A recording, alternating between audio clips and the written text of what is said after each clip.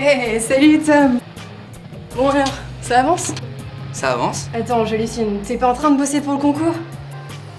Mais vas-y, t'étais censé chercher des infos sur la sécurité routière. Eh, mais c'est ce que je fais, figure-toi. Ouais, c'est ça, vas-y. Avoue, t'as passé la journée à jouer. Oui, c'est pas n'importe quoi. C'est un simulateur de conduite que j'ai trouvé sur internet. Oui, super. Ça va faire avancer notre travail peut-être. Bah, quand tu joues, il y a des petites vidéos d'explications qui s'affichent. Je te jure qu'on va gagner du temps. On va apprendre plein de trucs et puis en plus, on va bien se marrer. Ouais, genre. Et t'as appris quoi pour le moment? Tiens, regarde ce petit clip par exemple. Déjà, il y a un truc flippant. C'est qu'il y a encore 30 jeunes de 15 à 24 ans qui sont tués sur les routes de France chaque semaine. Tu te rends compte que c'est la première cause de mortalité pour les jeunes comme nous? Et en plus, c'est souvent à cause de notre comportement qu'il y a des accidents. C'est la vitesse, l'alcool. Alors, tu le savais tout ça? Bon, c'est vrai qu'en fait, il est plutôt pas mal ton truc. Je peux essayer? Ouais, vas-y. Merci.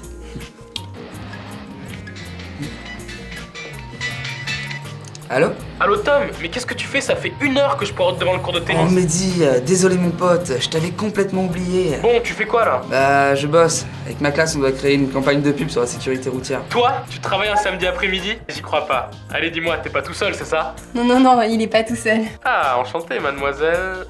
Chloé, c'est Chloé. Ah, salut Chloé. Je pourrais peut-être vous donner un coup de main, non? Vous avez sûrement besoin des conseils d'un pro. Et Tom, je suis sûr que t'as pas dit à Chloé que ton meilleur pote faisait des études de pub. C'est vrai? Mais c'est super! On a besoin d'aide justement. Bah, écoute, t'as qu'à passer. Ok, je saute dans la voiture et je fonce. Je suis là dans 5 minutes. Attends, calme-toi. T'es pas au courant que la vitesse ça tue? C'est une des causes principales dans la moitié des accidents mortels. Alors prends ton temps. On se débrouille très bien sans toi. Il a l'air sympa ton copain. Ouais, enfin, bon, t'as raison, il est génial ce jeu.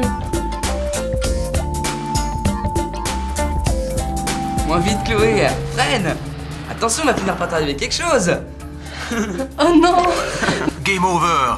Tu vas beaucoup trop vite. Vas-y, mais ça marche pas ton truc, j'ai même pas le temps de freiner. Et ouais, mais en vrai, t'aurais pas eu le temps de freiner non plus. Hein.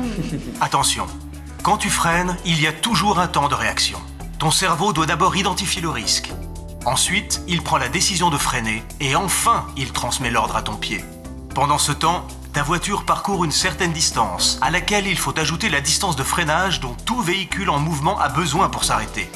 Donc, plus tu vas vite et plus tu parcours de distance avant de t'arrêter totalement. Et en plus de ça, quand ta vitesse augmente, tu vois moins bien ce qui se passe autour de toi. C'est ce qu'on appelle le rétrécissement du champ visuel. Une vitesse excessive peut donc avoir de graves conséquences sur ta conduite.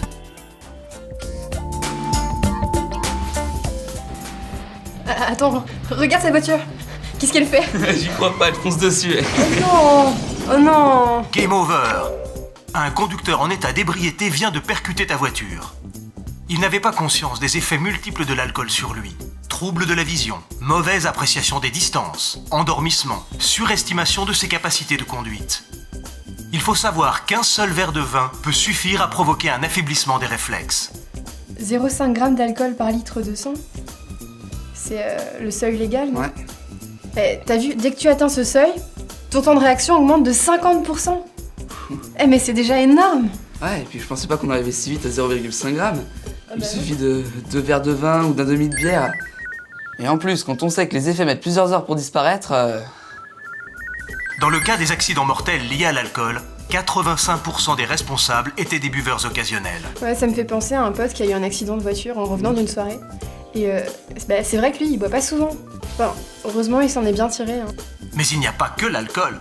Toutes les substances psychoactives agissent sur le cerveau et sont incompatibles avec la conduite.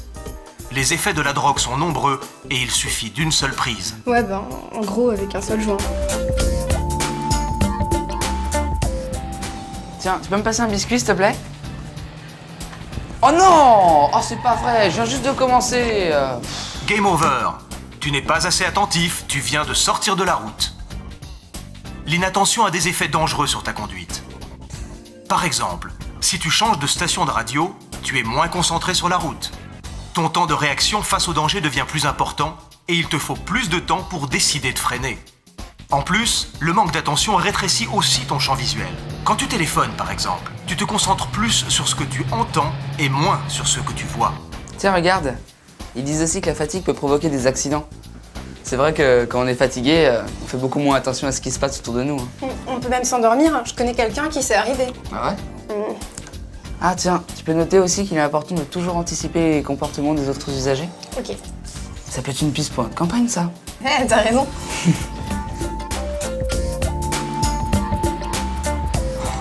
Allez, avance! Oh, il se traîne celui-là! Pousse-toi de là! Mets-toi sur le côté que je te double! Eh mais Tom, qu'est-ce que tu fais? Tu vas pas le doubler maintenant?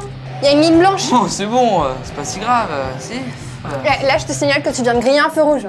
Non mais bravo, mais de mieux en mieux. Mais t'es un vrai chauffard, toi. Ah, t'exagères, il était pas rouge, il était orange bien mûr. Vas-y, c'est ça, rigole. En attendant... Game over. Voilà, tu viens de perdre la partie. Et voilà ce qui arrive quand on prend trop de risques. Eh, t'as vu? Ils disent que c'est chez les jeunes que les comportements dangereux au volant se rencontrent le plus. Bah ouais, c'est bien beau de tester ses limites sur son ordi, hein, mais j'en connais pas mal qui font ça dans la vraie vie. Hein. Et souvent, ils viennent juste d'avoir leur permis et ils ont aucune expérience de la route. Oh, c'est dingue! La moitié des personnes tuées en deux roues ont entre 15 et 19 ans.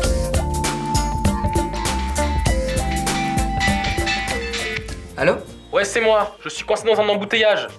Mais c'est pas vrai! Qu'est-ce qu'il a, l'autre? Il a un problème? Tu veux ma photo, toi? Moi, allez, avance, que je puisse passer sur l'autre voie. Hé, relax, mec, c'est pas la peine de te mettre dans cet état, t'arriveras pas plus vite. Alors, t'es pas au courant que l'agressivité, ça fait partie des comportements qui augmentent le plus la sécurité? Ouais, enfin, même si t'auras jamais d'amende pour avoir insulté un autre conducteur. Hein. Mais il a raison. Calme-toi et prends pas de risque, ok? Ouais, t'as raison, c'est bête. C'est fou comme on se laisse vite emporter, hein. Bon, j'arrive dès que possible. Pas de problème, on t'attend.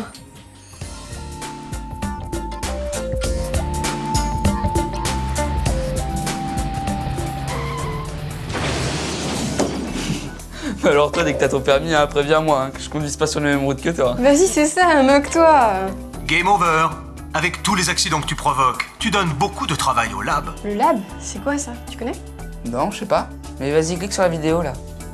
Le laboratoire d'accidentologie, de biomécanique et d'études du comportement humain, aussi appelé LAB, est un centre de recherche créé par Renault et PSA Peugeot Citroën pour analyser les accidents afin d'améliorer la sécurité des véhicules. Les médecins, ingénieurs, statisticiens et psychologues du lab se rendent régulièrement sur les lieux des accidents. Sur place, ils recueillent des informations sur l'état psychologique et physique des conducteurs, sur le véhicule, sur les conditions de conduite et sur les infrastructures routières. Ils tentent ensuite de reconstituer chaque accident pour en comprendre les causes et les conséquences. Le lab réalise aussi de nombreuses expérimentations sur simulateurs de conduite et sur pistes d'essai pour mieux connaître le comportement des conducteurs. Les résultats de toutes ces analyses ont un effet direct sur la construction automobile. Ils permettent des innovations technologiques majeures en matière de prévention des accidents et de protection des automobilistes. C'est vachement intelligent, ça.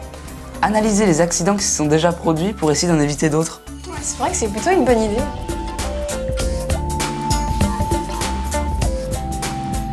Bon, c'est pas si compliqué que ça, ce jeu, finalement. Eh mais attends, comment tu fais? Ça fait un petit moment que tu joues et t'as toujours pas fait d'erreur? Eh, c'est parce que je suis doué. Admire le pilote. Tu parles d'un pilote. Pilote automatique, ouais, c'est même pas toi qui conduis. Oh, ça aurait pu, hein. Ouais, mais regarde, Game over. le jeu aussi trouve que tu triches. C'est trop facile. La fonction pilote automatique n'existe pas encore dans la réalité. Même si aujourd'hui, les véhicules peuvent aider les conducteurs sur certains paramètres de conduite. Les constructeurs automobiles ont en effet mis au point différents systèmes de sécurité destinés à anticiper certains risques et à corriger les erreurs de conduite. Surveillance de pression des pneus, feu et essuie-glace automatique, assistance de freinage d'urgence. Tous ces dispositifs visent à éviter autant que possible les Il va accidents. falloir attendre encore un petit peu avant de te laisser conduire par ta voiture en croisant les bras, monsieur le pilote. Bon, ça existera peut-être un jour, hein. T'as vu ce qu'ils sont déjà capables de faire? C'est vrai. Ouais, mais là, on parle d'éviter l'accident. Mais si le conducteur, il n'y arrive pas? Ouais, j'ai vu une autre vidéo là-dessus ce matin. Il disait que les constructeurs de voitures inventaient des systèmes de sécurité pour limiter au maximum les blessures. Regarde, voilà, c'est celle-là. En cas de choc, d'autres dispositifs de sécurité ont pour but de réduire les forces exercées sur les corps des occupants de véhicules pour minimiser les risques de blessures et leur gravité. Aujourd'hui, des systèmes comme les airbags ou la ceinture de sécurité n'ont plus à démontrer leur efficacité. Ces dispositifs sont sans cesse améliorés par les constructeurs automobiles. Dans le cas de la ceinture par exemple, ils ont eu l'idée d'y ajouter un prétensionneur. C'est un système qui agit en tendant la ceinture lors d'un choc pour limiter le déplacement du corps vers l'avant. La ceinture reste bien positionnée sur le bassin qui est capable de supporter 2 fois plus de charge que l'abdomen. Il faut savoir que 30% des tués ou blessés graves seraient épargnés si tous les véhicules étaient équipés d'airbags et de prétentionneurs. Tu sais, j'ai lu ce matin que même si les voitures sont de plus en plus sûres, c'est le comportement humain qu'il faut changer pour améliorer la sécurité. Mais c'est vrai que les gens n'ont pas toujours conscience des dangers qu'ils prennent sur la route. Hein. Ouais, t'as raison. Ouh là là, j'aurais vraiment cru que je m'en sortirais jamais. J'ai un raté, j'espère. Ah, salut Chloé, ravi de te rencontrer. Et moi aussi. Bon bah, puisque t'es là, rends-toi utile. On a trouvé plein de trucs sur la sécurité routière. Bon, maintenant, faudrait trouver une bonne idée de spot. T'aurais pas des tuyaux, toi, le pro de la com, là? Eh bien si, justement. Pour écrire un bon scénario de spot publicitaire, il vous faut respecter 3 règles principales. Avant tout, vous devez imaginer une situation claire et rapidement compréhensible qui corresponde au message à faire passer. Bah, par exemple, un conducteur qui s'amuse à rouler super vite parce qu'il se croit dans un jeu vidéo. Et puis à la fin du spot, on voit qu'en fait, il conduit une vraie voiture. Pourquoi pas? Ça peut être une bonne piste. Ouais, c'est même une super piste. Mais vous devez aussi trouver des personnages attractifs. Il faut que votre public puisse s'identifier à eux et interpréter votre message comme un conseil personnel. Ouais, c'est vrai qu'on se sent plus concerné quand c'est des personnes comme nous dans une pub. Oui, mais surtout, il faut faire attention à la durée du spot. Il faut que votre histoire soit assez percutante pour faire passer un message et marquer les esprits dans un temps vraiment très court. Et si on faisait un spot sur le thème de l'alcool et la fatigue? On pourrait le tourner à la sortie d'une boîte, par exemple. Ça peut être une très bonne idée. Et si on s'y mettait dès ce soir? Vous avez pas envie d'aller danser? Et puis, Mehdi, tu peux nous conduire en boîte, non? Bah, avec plaisir. Bon, ok. Je prends la caméra que nous a prêté le prof et on y va. Faut bien que ça serve à quelque chose d'avoir un podcast super permis. Hein. Génial.